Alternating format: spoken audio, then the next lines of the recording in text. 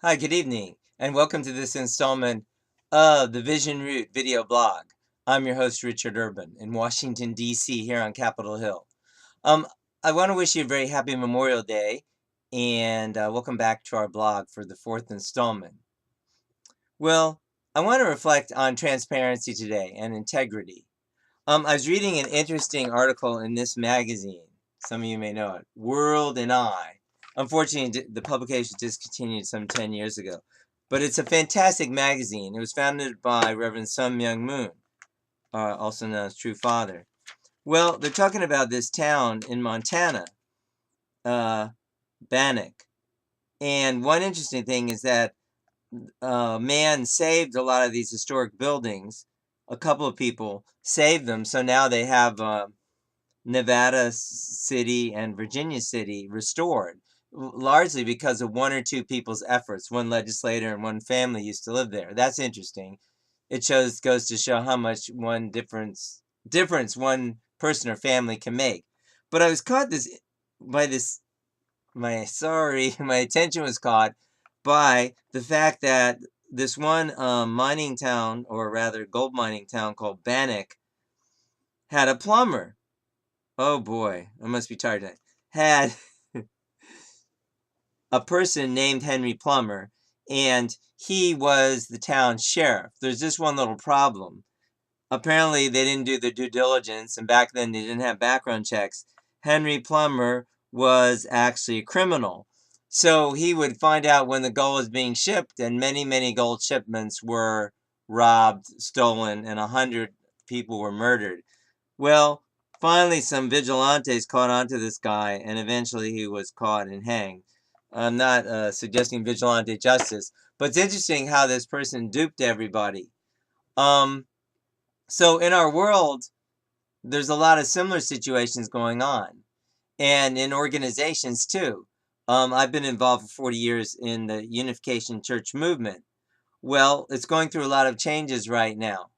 So I think there's often a lack of transparency in our own movement. I'd like to talk about some of those changes. After Father Moon, the founder of the movement, died, there were a lot of changes suddenly made in the scriptures. For instance, he said these are the 8 scripture books, and then immediately they were one of the main ones, Chun Sung Gyung, was revised. Some 80% was changed. It's 1,000 pages less. So yes, it was changed, not just quote unquote edited.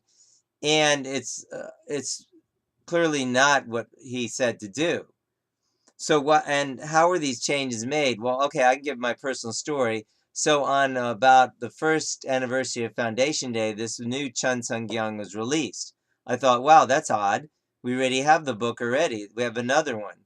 And I didn't really want the new book. I just felt somehow uncomfortable with it.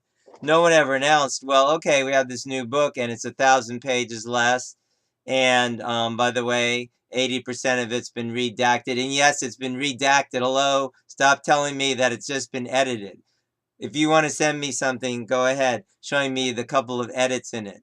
Thousands of pages have been removed. It's not just been edited. Hello, it's been redacted severely. So in any case, how was this redaction done? Well, it was done suddenly after Reverend Moon's death. Why didn't they ask him before he died?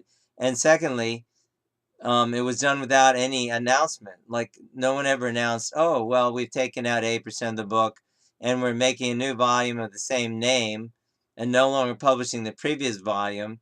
This is a lack of transparency. This is not how things are clearly done. Even now, a full year and a half after the book was introduced, excuse me, 2+ years after the book was introduced, people are just now realizing what the heck's going on. Why is this all different?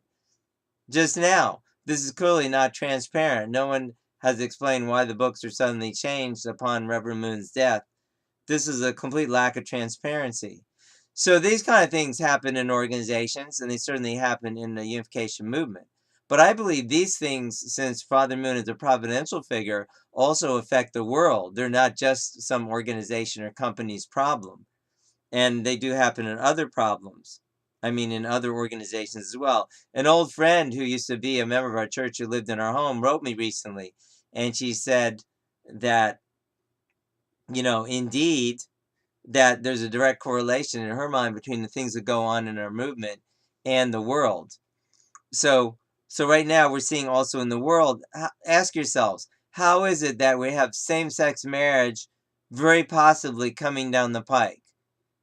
You know, where two men or two women would have the quote unquote right to marry. This makes no sense at all. Well, let me share my experience in DC public schools.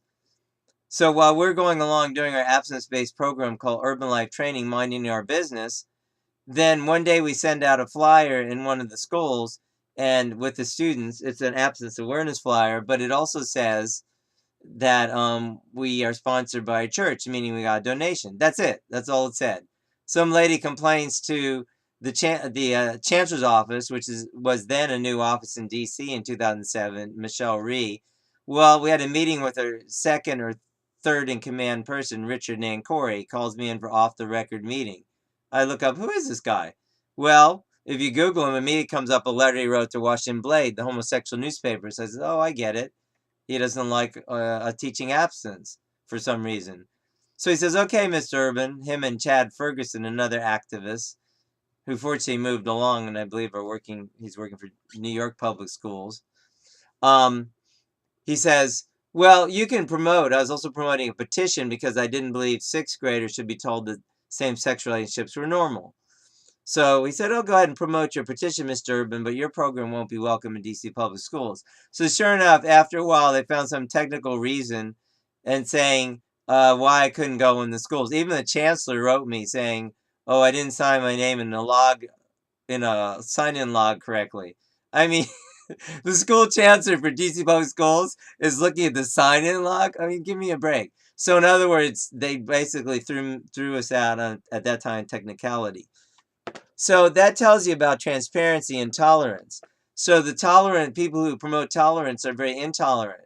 It's like oil and water. If they even think you're religious, if they even think you're a faith-based person, they do not want you in the schools teaching about sexual abstinence, for instance. So much for those who think that the agenda is just to, oh, why not let the homosexual people marry? That's not harmful. Okay, you can believe that, but I'm telling you from experience, hard-earned experience, that that is not the case, that it is harmful, and that the agenda is to make you believe what they believe. And if you don't believe that, check out what's happened in Washington State. A couple was fined $110,000 for not baking cake for a homosexual couple. Okay, so the agenda is to make homosexuality the same standard as race, which is totally ridiculous. You're born with a penis and vagina, so you're either male or female, and it's not a right to be same-sex attracted, like being born black, white, yellow, red, whatever. So that's so much for tolerance. And so I hope that we can have greater transparency in the unification movement. Hope we can have a lot more transparency and people will wake up what's going on, for instance, about the same-sex agenda, and that it's about as benign as cancer, as the old saying goes. So don't be thinking it's a benign thing. If you want to keep your religious freedom, speak up now. Speak out that you will not accept a Supreme Court ruling that is not based on righteousness or natural law, as the Declaration of Independence says, all men created equal, endowed by the Creator with inalienable rights, not by themselves, hello, by their Creator. Okay, that's my thoughts for tonight. I hope you enjoyed this video blog. Join us on our next installment from Vision Root Video Blog, and have a great rest of your Memorial Day, and God bless. Good night.